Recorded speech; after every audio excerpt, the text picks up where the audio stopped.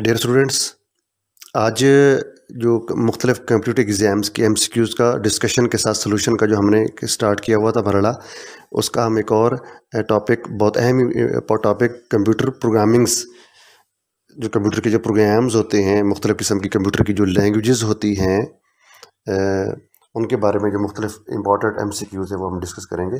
अच्छा, जैसे हमारी लैंग्वेजेस हैं, उर्दू, इंग्लिश है, हिंदी है, इस तरीके से कंप्यूटर की भी एक लैंग्वेज होती है जिसके अंदर वो प्रोग्राम जो है वो बनाया जाता है। उसके भी कोई ग्रामर के असूल्स होते हैं जिनको हम सिंटेक्स बोलते हैं, और उनको फॉलो करके हम जो है ना वो करेक्ट सॉफ्टवेयर या करेक्ट प्रोग्राम जो है वो हम लिख सकते हैं या डेवलप कर सकते हैं। सो आज इसके मतलब कुछ अहम जो MCQs है वो देखते हैं। पहला MCQs है, A sequence of instructions given to computer to perform a specific task is called program।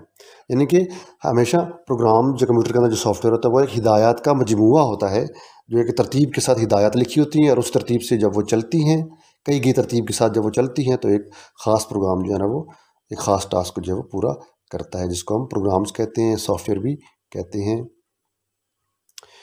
What is a namespace in the computer's memory whose values can be changed during the execution of a program?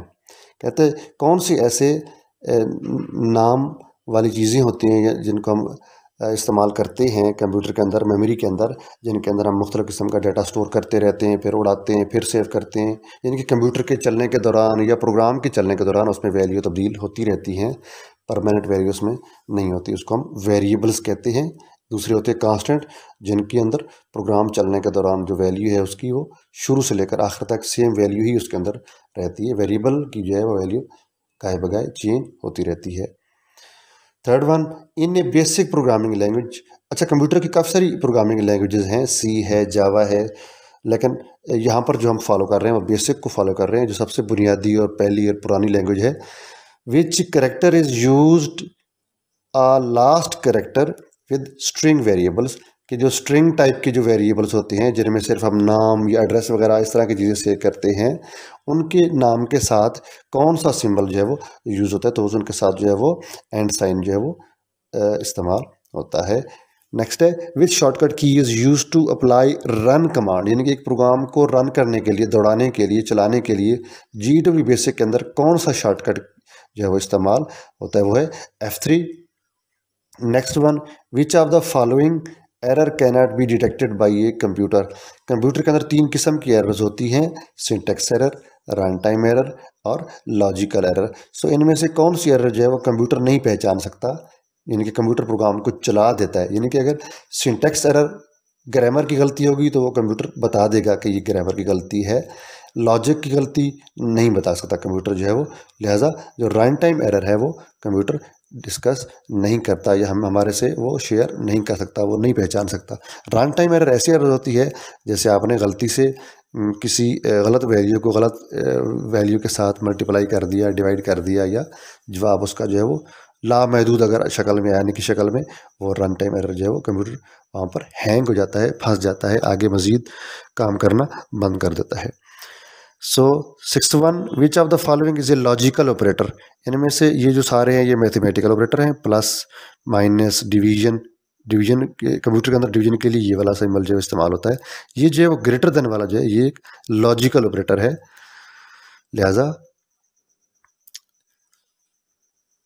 Next, which of the following operator has the highest priority. कहते हैं computer के अंदर जो काफ़ी सारे operators हैं, plus है, power है, माइनस है, ज़रब देने के लिए एस्टेरिक इस्तेमाल होता है कंप्यूटर के अंदर। सो इनमें से सबसे ज़्यादा प्रायोरिटी वही जो मैथ वाला असूल है, यहाँ पर भी वही सबसे पहले ताकतनुमा, कुव्वतनुमा जिसको हम कहते हैं, वो सोल्यूशन होता है। फिर जो है वो मतलब अगर सबसे पहले ब्रैकेटें हल होती हैं, ब्रैकेट के अंदर अगर एक से ज़्यादा ऑपरेटर्स हैं तो फिर सबसे पहले पावर ऑपरेटर ये सॉल्व होता है, फिर तकसीम और ज़रब हल होते हैं, फिर प्लस माइनस हल होते हैं, और एंड पे जो है ना वो सोल्यूशन निकलता है। सो सबसे पहले जो है यहाँ पर नेक्स्ट है, if a is equal to 5। अब यहाँ पर कुछ वैल्यू दी हुई है, a की वैल्यू 5 है, b की वैल्यू 3 है and c has value 2, that what will be the answer of the following expression. एक एक्सप्रेशन दिया हुआ है कि a प्लस बी इंटू सी का आंसर जो है वो क्या होगा। तो यहाँ पर ऑपरेटर प्रेसिडेंट्स को अगर हम मद्देनजर रखते हुए ए, बी और सी को पहले ज़रब देंगे, यानी कि 5 इंटू सॉरी 3 × 2 ये 6 आंसर आ जाएगा। 6 को हम ऐड करेंगे ए में जिसकी वैल्यू 5 है, तो टोटल जो है वो 11 बन जाएगा। So B option is correct.